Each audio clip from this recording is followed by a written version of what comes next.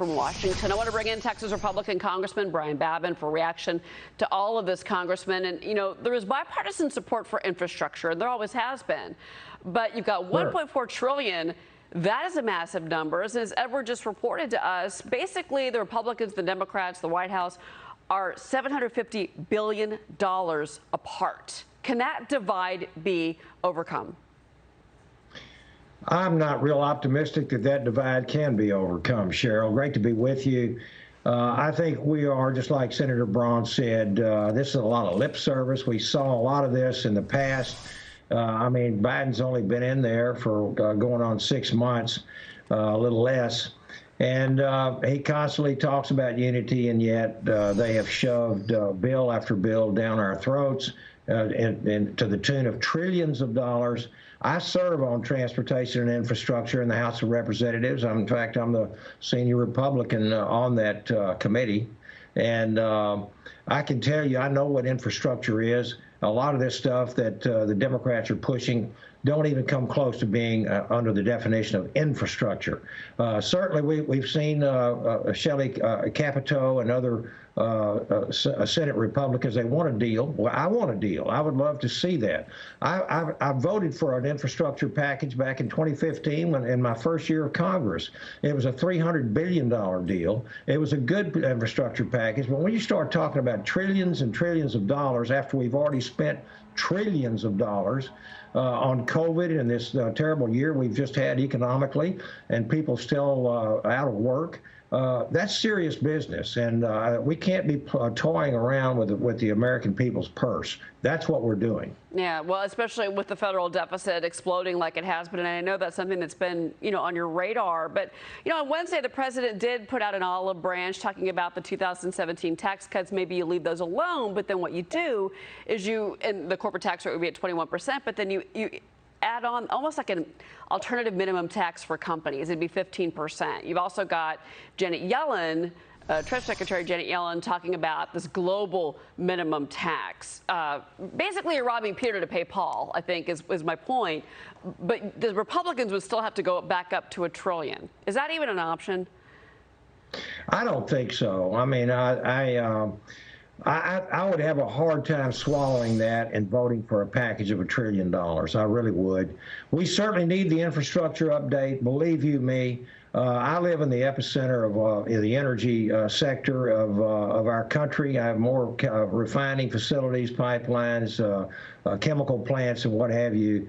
But the all-out assault by the Biden administration on our energy sector, especially fossil fuels with his Green New Deal proposals, I think scare a lot of people. They're putting a lot of folks out of work. The Keystone Pipeline, notably, is one of those. I just don't think that I could vote for a package of that magnitude.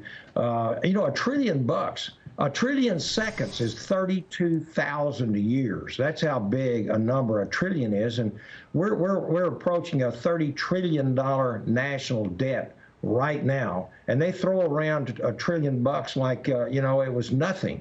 And I think we need to start thinking about our grandkids and our children and what they're going to have to pay back for a lot of this nonsense that isn't by any stretch of the imagination infrastructure.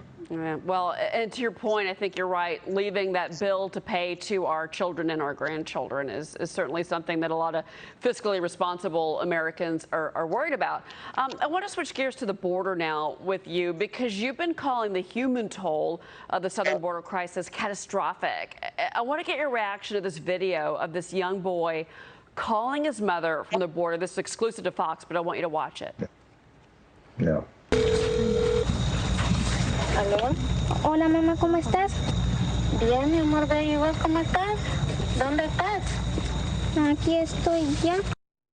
That little boy traveled alone from Guatemala. And then he finally was able to call his mother years later. And we're seeing, there was another piece of video we had earlier this week of a young boy that the smugglers just left him at the border. And he was crying, don't go, don't leave me here. I mean, it's heartbreaking. Cheryl, if Donald Trump were still in office, there would be howls to the moon over stuff like this, and yet we just hear nothing but crickets from most of the media. The Democrats who shed tears on the floor of the House about kids in cages and lamented about how cruel and inhumane Trump's policies were. They pale to insignificance compared to what's going on today. I've been down there. I'm the co-chairman of the House Border Security Caucus. I've been down there a number of times, in fact, as late as last week, and plan on going plenty more. Our vice president seems to want to distance herself. She's been named to be the czar of the border security by her boss, the president, and she wants to distance herself from this terrible problem of their own creation. But she can run. They just can't hide. The awful child abuse.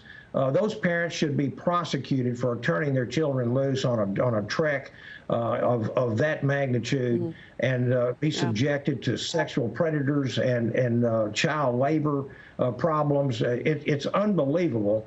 And I can tell you this too, Cheryl. The arrests of criminal aliens coming across the border are up almost 1,000% in this fiscal year since Biden has taken office. We got an open border, an absolute open border, and I can tell you that people are very, very concerned with it.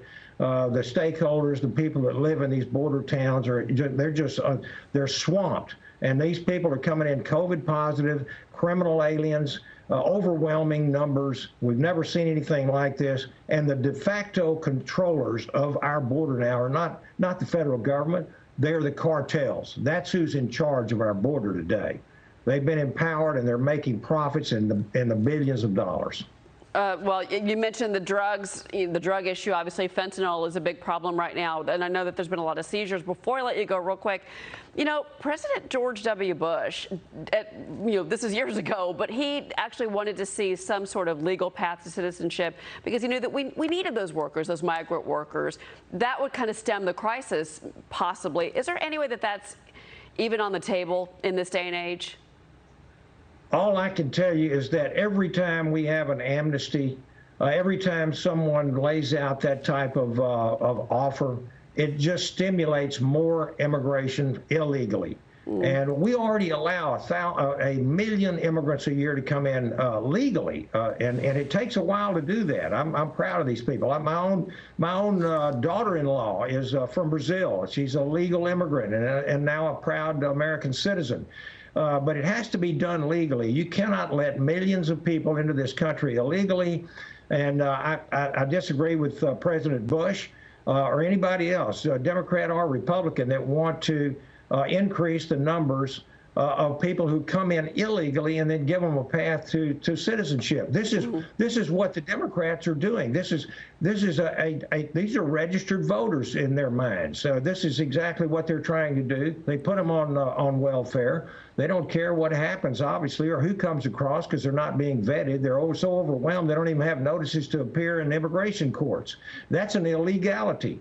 The Biden administration has reversed all of these programs and policies that the Trump administration put in that actually worked. And they just did away with Remain in Mexico, the MPP policy, several days ago. This is going to open us up to even more turmoil, chaos, crime, and possible terrorism, and break the bank again. No, I use the word heartbreaking, Congressman. It really is. Congressman Babin, thank you very much, sir. It's good to see you again.